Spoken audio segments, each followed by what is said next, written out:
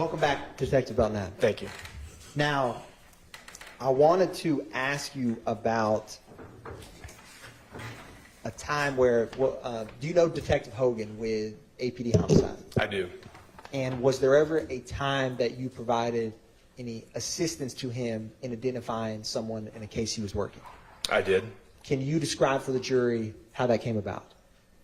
During the investigation of the homicide of Shymel Drinks, I was asked to review some photographs of potential suspects in that case.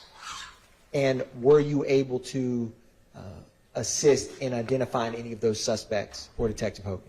I was. Can you describe for the jury how or what you did and how you were able to assist him on that?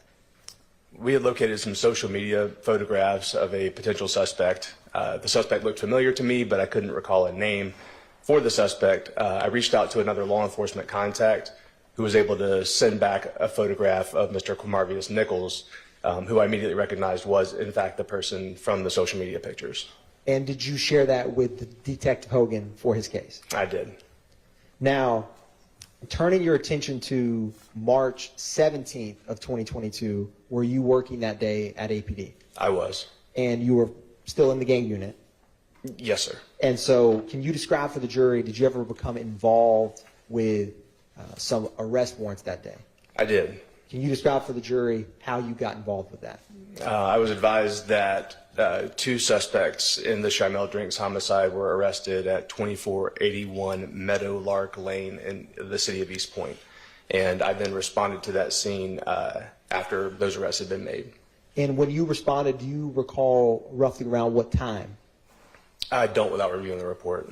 Would looking at a copy of your report help refresh your recollection? Yes, sir. I'm approaching you with a copy of your report. If your memory is refreshed, just look up at me before answering. Is your memory now refreshed of what time you responded? Yes, sir. What time was that? It was approximately 3 p.m. Now, when you got there, can you describe for the jury, what did you see? What did you do? Mr. Jackson and Mr. Nichols had already been placed in custody. The scene had been secured and some evidence had been recovered during that arrest, which was then transferred to my custody to be transported to property. Do you recall any other law enforcement agencies that you interacted with outside of APD?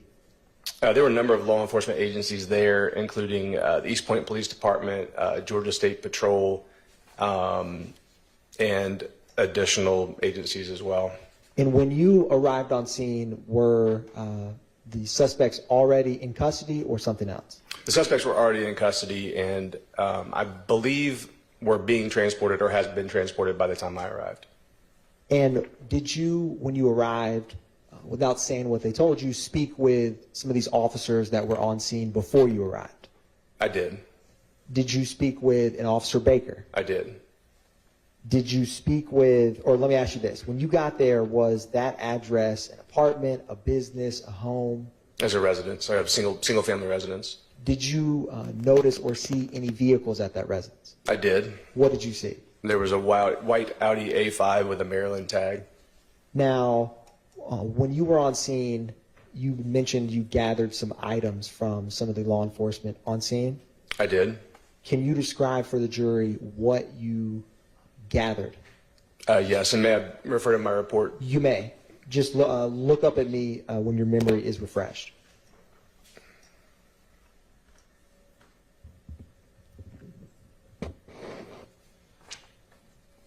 Okay. What were some of the items that you gathered? One of the items was a firearm, an FN Herstal 5.7 handgun. Another item was a pink beanie cap, also a black backpack that was recovered as well. Now, I wanted to ask you about that FN Herschel. Is that a 5.7 by 2.8 firearm? Yes, sir. Mr. Victor, I'm going to ask you, Detective Belknap, can you look at what's on the stand before you and see if you recognize either any of the APD evidence labels and or if there is a serial number on that firearm?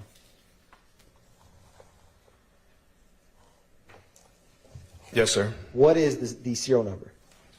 Serial number is 386409184.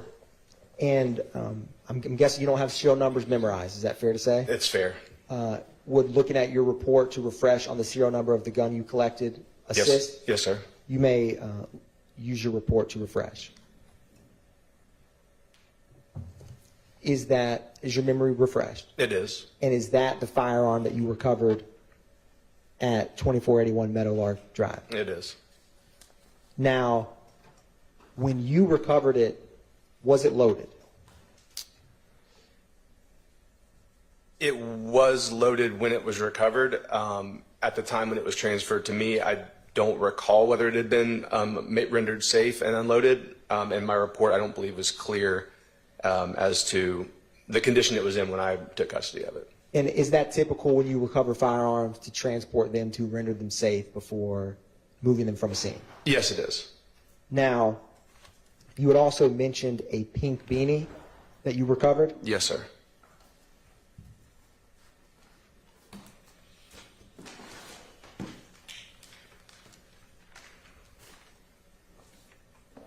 I will gather that in just a second, but before we get to that, was there a black book bag that you had recovered on that scene? Yes, sir. Now, do you recall ever looking inside of that book bag? Yes, sir. And do you recall who it was that gave you that book bag? I need to refresh my memory with my report. You may. Do you recall who gave you that book bag that was on scene? I don't, and I believe it was Officer Baker or Officer Gachette who had responded to the scene, but I didn't note specifically in my report who gave me the backpack. And when you got that backpack, did you initially go through it? Yes, sir. And what was inside of that book bag? There was a variety of narcotics within the backpack. Was there any commercially packaged items? There were. What were they? There was commercially packaged marijuana within the backpack. And do you recall how many commercially packaged marijuana there was in that book bag? There were a total of 19 bags. Was there any pills in that book bag? There were. Now, do you have any familiarity or training with encountering pills that you may find on the street in working with APD? I do. And when you encounter pills, do you personally do any steps to try to initially see what they possibly may be? Sure. So I mean, the first thing is just observing what they are, and oftentimes we've run across narcotics in similar form before and may recognize them immediately as what they are. Additionally, we have resources, including open source resources like the internet, several websites that can help us identify drugs, including prescription drugs, so that we can have sort of a place to start for testing those items. And when you collect items such as you did there, do you typically indicate, even if you don't know exactly what something is, what it's suspected to be? I do. Now, with reviewing those items, I'm going to ask you, what did you find in that book bag that you suspected to be? In terms of what type of pills did you believe was in that book bag based on your training experience? So I believe there were 3 types of pills that we saw. The first was a bag containing what I believed and identified as being MDMA. Another bag that contained what I recognized to be oxycodone, and an additional bag that contained what I recognized and believed to be Adderall. Now, at this time when you're initially on scene, you have that firearm that we just discussed and this book bag with the narcotics. Is that correct? Yes, sir. And did you ever transport those items to anywhere else from the scene? I did. Did you collect and package those items? I did.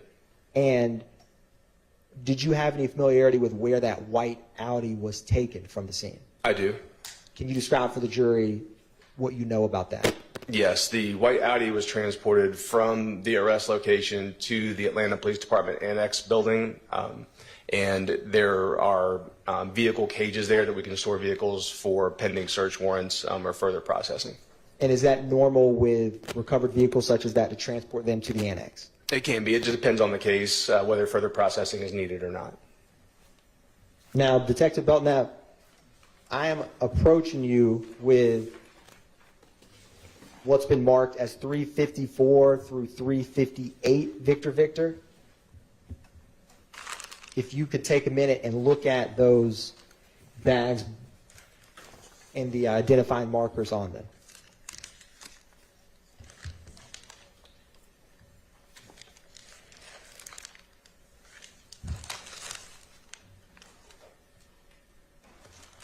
Now, do you have is your name on any of those evidence labels?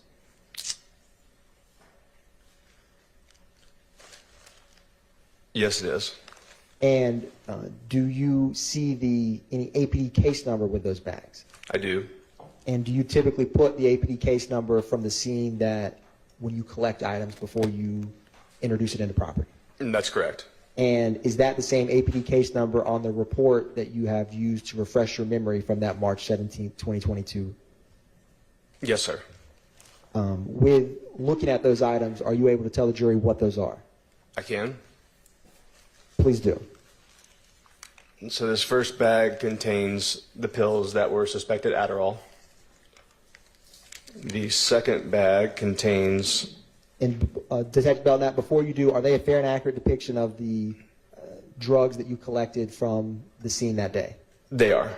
Your Honor, at this time the state moves to tender into evidence 354 through 358 Victor Victor. May I? Yes. Sure.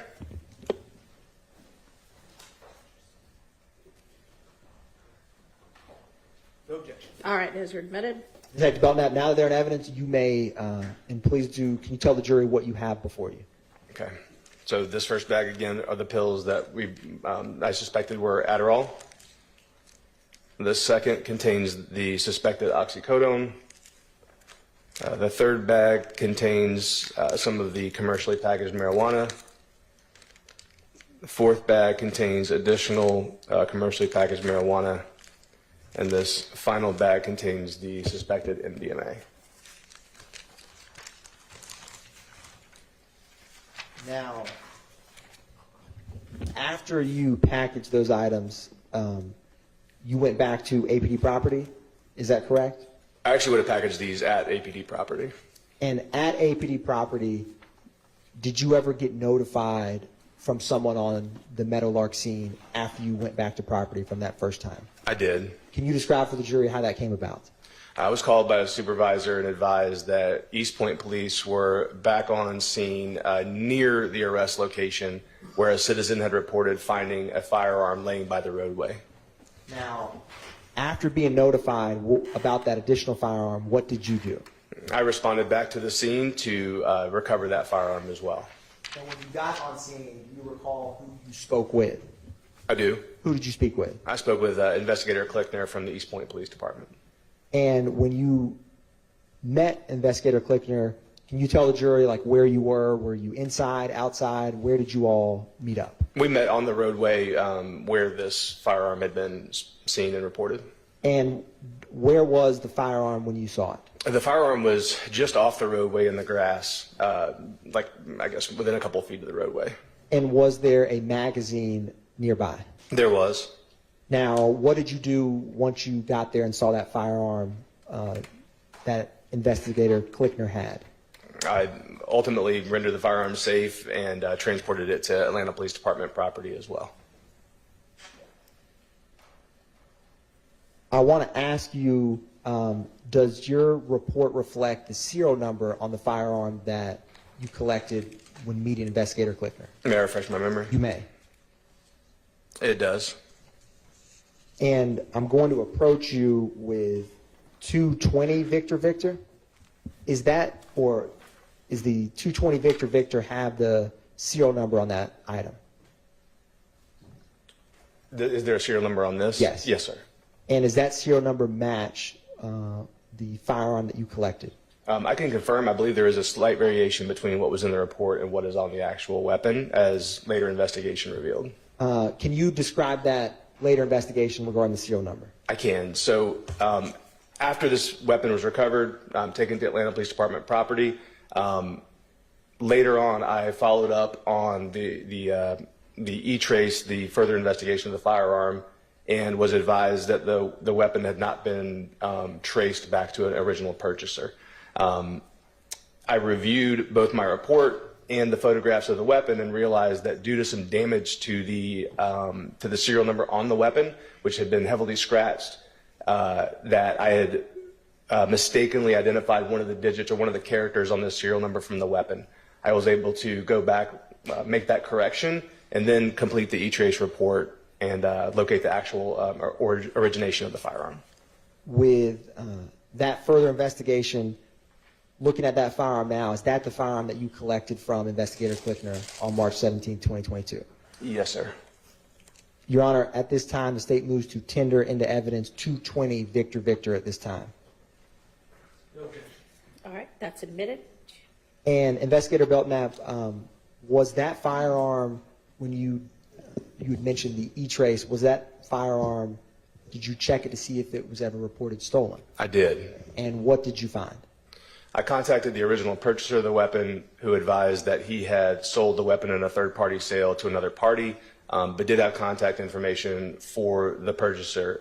I then contacted that person, who advised that the weapon had been stolen from him, and an Atlanta Police Department report had been made at the time of the theft.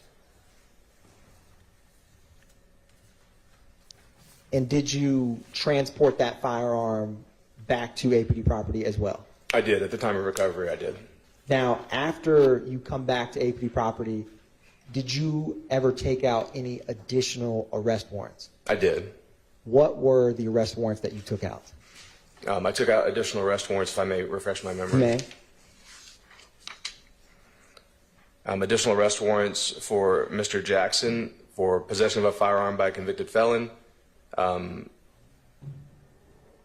possession of a firearm during the commission of a felony, possession of a Schedule II controlled substance with intent to distribute, and 3 counts of Yes. All right, ladies and gentlemen, before we get started back with the testimony, I just wanted to let y'all know to disregard the witness's comment about a warrant being taken for Mr. Stillwell for drugs. Go ahead, Mr. Edmonds. Thank you, Your Honor. Now, Detective Belknap, you never took out any warrants for any of the drugs related to that book bag as it pertains to Shannon Stillwell, did you? No, sir, I did not. Did you take out gang warrants? I did. And did you take out firearm and gang warrants as well on Mr. Nichols? I did. No further questions. Thank you, Detective Belknap. Yes, sir.